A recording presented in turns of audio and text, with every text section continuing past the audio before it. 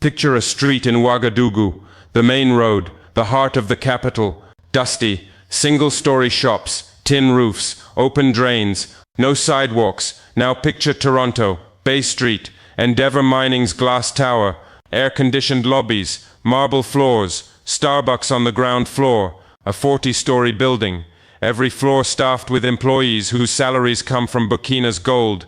Or picture Casablanca, Maroc Telecom's headquarters, modern gleaming glass facade, financed by the monthly bills paid by 5 million subscribers in Burkina. But that building is in Casablanca. Those taxes go to Morocco. Those jobs are created in Morocco. What stays in Burkina cell towers and invoices. This is how it has been for 60 years. Companies come to Burkina, they mine the gold, buy the cotton, sell the phones, run the banks, but their headquarters are in Paris, in Toronto, in Casablanca, in London. The profits go there, the taxes go there, the engineers, accountants, lawyers, all employed there.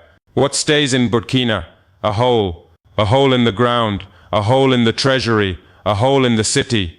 Stealing a country's wealth is not just about taking its resources. The real theft is keeping the institutions outside. Wherever a company's headquarters is, that is where its taxes are, its high-paying jobs are, its supply chain is. In Burkina there is only the extraction operation. In and out, take and leave. My name is Ibrahim Traore, and on February 12, 2026, yesterday I signed a decree in the Council of Ministers. This decree says, every company operating in Burkina Faso with annual revenues exceeding 5 billion CFA francs, approximately $8.8 million, is required to build its headquarters in Burkina Faso. Build, not rent, not hang a sign on a door. Physically, brick by brick, floor by floor, erect a building, on Burkina soil, with Burkina concrete, with Burkina workers. Let me say this again, because the number of countries in world history that have done this can be counted on one hand. An African country is telling companies operating on its soil, either you build here or leave. How does the decree work? Simple and unforgiving. Companies are divided into 4 categories by revenue.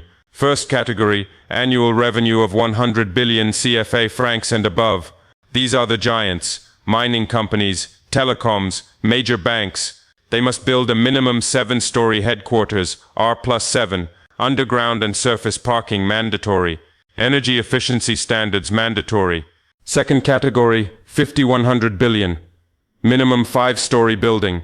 Third category, 50 billion, minimum 4 stories. Fourth category, 10 billion, minimum 3 stories. They have 6 months to submit their plans to a government commission. Once the commission approves, they have 36 months, 3 years to complete construction. But how will these companies finance this, you might ask? We thought of that. We will provide tax exemptions on construction materials. We will allocate serviced land through Sonateur, the National Urban Land Development Company. Building permits will be expedited. The state is saying, build. We will make it easier for you, but you will build. Now stop. This might look like just a construction decree. It is not. This is an economic revolution decree.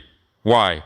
Because when a company builds its headquarters in a country, it is not just erecting a building, it is creating an ecosystem.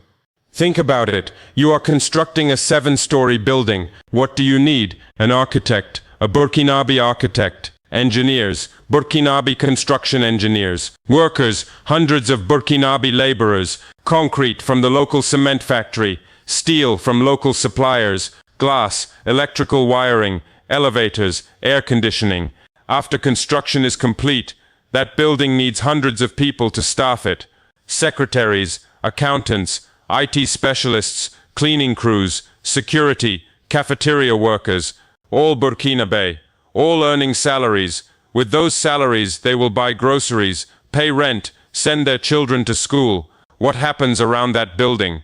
Restaurants open, office supply shops open, pharmacies open, tea sellers, barbers, tailors, all forming an economy around that building. A single building creates a neighborhood economy. Ouagadougou's skyline changes. Modern structures rise among dusty single-story shops. The city begins to look like a capital, And most importantly, that company's corporate tax now goes to Burkina. Its employees' income tax goes to Burkina. That building's property tax goes to Burkina. Every franc stays on Burkina soil. There is something else. In 2025, we passed another law, transferring all land ownership back to the state. Land management is being brought under state control.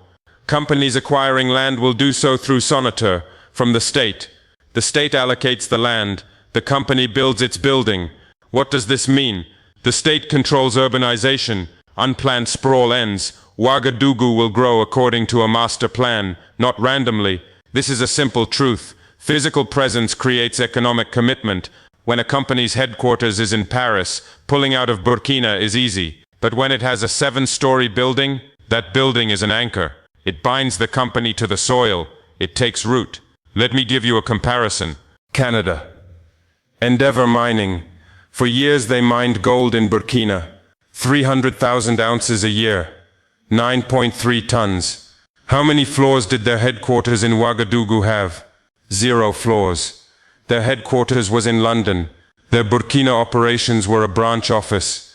A few rooms, a few expatriate managers, local workers in the mines. Profits transferred to London. Taxes to London, legal advisors in London, accountants in London. And here is what people do not understand about headquarters economics. When Endeavour Mining's headquarters is in London, they hire their chief financial officer in London. That CFO earns maybe $500,000 a year. That salary is spent in London. London restaurants, London real estate, London schools for the CFO's children. Multiply that by every senior executive, every legal team member, every corporate strategist, and you are talking about tens of millions of dollars in high-salary employment that should have been in Ouagadougou but instead went to London, because the headquarters was in London. It is that simple. This arrangement lasted 60 years. Companies came, extracted, left. None of them said, "I am staying." None of them built a building, because building requires commitment, and they were not committed. They were not committed to Burkina. They were committed to Burkina's gold. When the gold ran out, they would leave. They would leave the whole behind and go. Morocco, Maroc Telecom, owner of Onatel in Burkina, the country's largest telecom provider. Millions of subscribers, billions of CFA francs in revenue. But headquarters in Casablanca. Profits go to Morocco. Senior executives come from Morocco. What stays in Burkina? Cell towers and invoices. France, Orange, built a telecom empire across West Africa for years, but headquarters in Paris, operations center in Paris, R&D in Paris. Burkina's customers pay billions of CFA monthly, but the value added is created in Paris. The banking sector is the same. Burkina has dozens of banks, most owned by Moroccan, French, or Nigerian groups. Bank branches exist, but headquarters are abroad. Boards of directors meet abroad. Credit policies are determined abroad. How Burkina's own money is lent to Burkina's own citizens is decided in Dakar, in Abidjan, in Paris. And here is the cruel irony. Only 21% of Burkinabe have a bank account. These foreign banks operate in our country, but they do not serve our people. They serve the mining companies. They serve the exporters. They serve the wealthy, the farmer in the village, the woman selling shea butter at the market. They do not exist for these banks. The banks take deposits from Burkina, lend in Burkina, profit from Burkina, and send that profit to headquarters in Casablanca or Paris, while 79% of our population remains unbanked. Is this acceptable? No, not anymore. This decree says, if you are making money from Burkina, you will build in Burkina. You can transfer your profits, but first you will take root here. You will erect a building here. You will create employment here. You will pay taxes here. You will exist here. Or leave. The choice is yours. But earning from Burkina while leaving nothing behind, that option is no longer on the table. Mema not longer on the table. Mema not longer on the table. Mema not longer on the table. Mema not longer on the table. Mema not longer on the table. Mema not longer on the table. Mema not longer on the table. Mema not longer on the table. Mema not longer on the table. Mema not longer on the table. Mema not longer on the table. Mema not longer on the table. Mema not longer on the table. Mema not longer on the table. Mema not longer on the table. Mema not longer on the table. Mema not longer on the table. Mema not longer on the table. Mema not longer on the table. Mema not longer on the table. Mema not longer on the table. Mema not longer on the table. Mema not longer on the table. Mema not longer on the table. Mema not longer on the table. Mema not longer on the table. But Traore, aren't you scaring off investors? They ask this question every time. They asked it when I nationalized the mines. They asked it when I changed the mining code. They asked it when I rejected the IMF. They are asking it now. My answer: which investor am I scaring? The investor who comes, extracts gold and leaves. The investor with a 2-room office, a sign reading headquarters, transferring profits abroad. Yes, I am scaring them, and they should be scared, because that arrangement is over. But the serious investor, the one who genuinely wants to stay, genuinely wants to produce, genuinely wants to grow here, I am not scaring them. I am offering them an opportunity. I am offering tax exemptions. I am allocating land. I am expediting building permits. And I am offering a 25 million person young growing market. Let me say something else. Look at Dubai. How did Dubai get rich? It told companies, come, build here, live here. And companies came. They erected towers. The city grew. The economy grew. Nobody said Dubai is scaring off investors. We are doing the same thing, just from a different angle. Dubai said come. We are saying, you are already here, so stay, really stay. Stay enough to build a building. Let me put this in context. This decree does not stand alone. It is part of a strategy. In 2024 I established 8 state companies. SOPAMIB nationalized gold mines. SONASP is building the country's first gold refinery. The Faso Rails railway project has launched. La Banque Postale opened the People's Bank. KMG built a pharmaceutical supply chain. Faso Gulgo is producing housing. Faso Kosam is transforming the dairy sector. CCVA is taking control of the agricultural value chain. In 2025 we passed the new mining code. We increased the state's share. Gold production reached 94 tons. State enterprise revenue grew 62%. GDP reached $23 billion. We achieved food self-sufficiency. And now 2026, this decree, we are telling companies, you can no longer be invisible. You can no longer operate in this country from a PO box address. You will be physically present. The Rentus Plan, our 2026 to 2030 National Development Framework, $60 billion, 2/3 from internal resources. The buildings these companies construct in Burkina are part of that plan. The taxes from those buildings, the employment from those buildings, the economic ecosystem those buildings create, all of it flows into reliance. Everything is connected. Mine nationalization nor more revenue nor more investment. Mandatory corporate headquarters, more employment. More employment, more domestic demand. More domestic demand, more factories. This is a cycle. And for 60 years we leaked this cycle outward. Now we are keeping it inside. You know, some experts criticize this decree. It will damage the business environment, they say. It will scare off foreign investors, they say. I ask, which business environment? We rank 185th out of 193 countries on the UN Human Development Index. 134th on the Heritage Foundation's Economic Freedom Index. What did 60 years of business environment get us? 40% poverty, 73% unpaved roads, 80% of the population surviving on subsistence farming, 85% with no bank account. Is this the business environment worth protecting? For 60 years they told us, improve the business climate, lower taxes, guarantee investors, privatize. We did. What happened? Gold was mined and sent abroad. Cotton was grown and sent abroad. Profits were made and sent abroad. Towers rose in Toronto, London, Paris. Ouagadougou stayed dusty. Now I say, if you are making money here, build here too. And they call this damaging the business environment. I think the truth is this. What bothers them is not the cost of construction. What bothers them is an African leader saying, I make the rules now. When you heard about this decree, What did you feel? Let me ask you something. Think about your own country. Turkey, Pakistan, Indonesia, Egypt, Nigeria, Brazil, whichever country you live in. Are there foreign companies operating in your country?